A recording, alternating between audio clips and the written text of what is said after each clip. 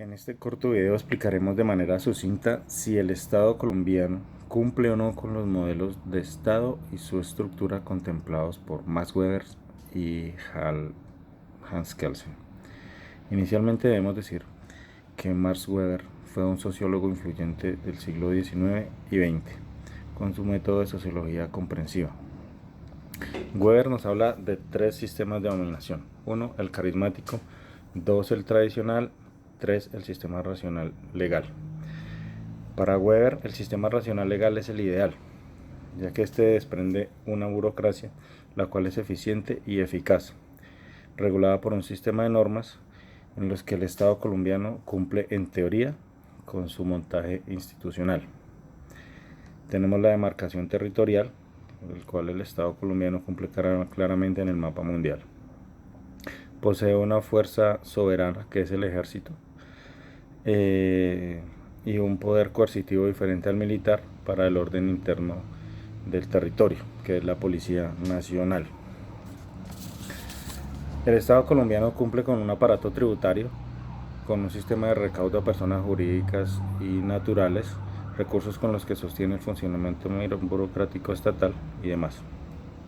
Si bien es cierto que los elementos del pensamiento de Weber están presentes en la conformación del Estado colombiano, veremos si pragmáticamente cumple con ellos. Es evidente que el Estado colombiano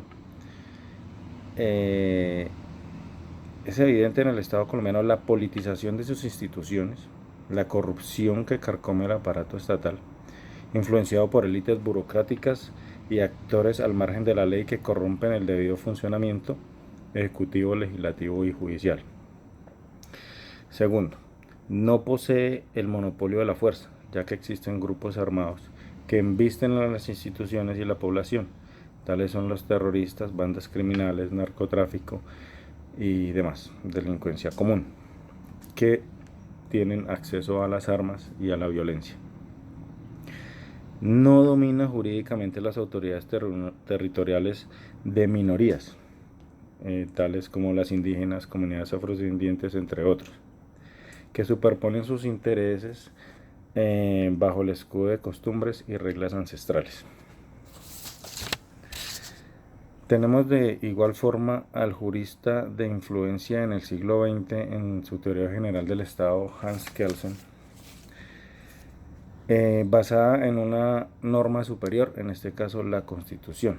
Colombia, el Estado colombiano, cumple, ya que en él se encuentra presente la Constitución de 1991. Pero no cumple en la praxis, teniendo en cuenta que no genera las condiciones ni sociales, ni económicas, y mucho menos políticas allí atesoradas, ya que está sujeta a determinados grupos de poder y la voluntad jurídica está en función de la política y de los grupos de poder político y económicos, quienes amañan y manipulan las normas a su mejor parecer. El Estado colombiano es normativo, pues cuenta con un sistema de normas, pero este sistema es influido por la corrupción, es manipulado por quien ostenta poder político o económico.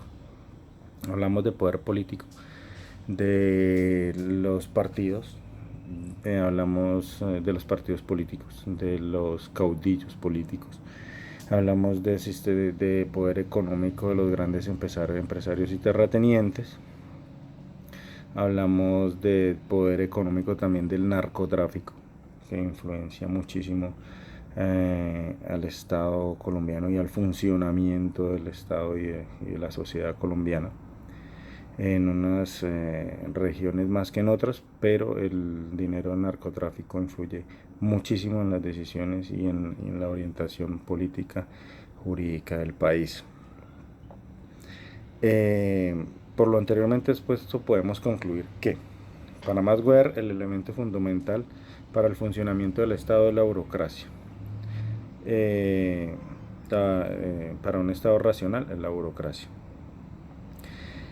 En el Estado colombiano, este ha tomado rumbos fuera de los límites ideales expuestos por el autor que nos ocupa, ya que la burocracia es utilizada para favores y para manipulación política.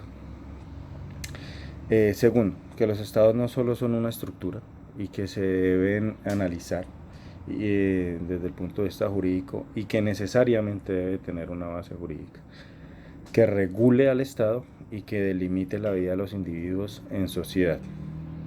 Base jurídica que en Colombia, como decíamos antes, es vulnerable a los grupos de poder económico, político y social y actores violentos que deforman el sistema jurídico a su beneficio. Esta es mi exposición. Mi nombre es Boris Octavio Estrada Cerrato, estudiante de segundo semestre de Relaciones Internacionales y Estudios Políticos a distancia. Muchas gracias.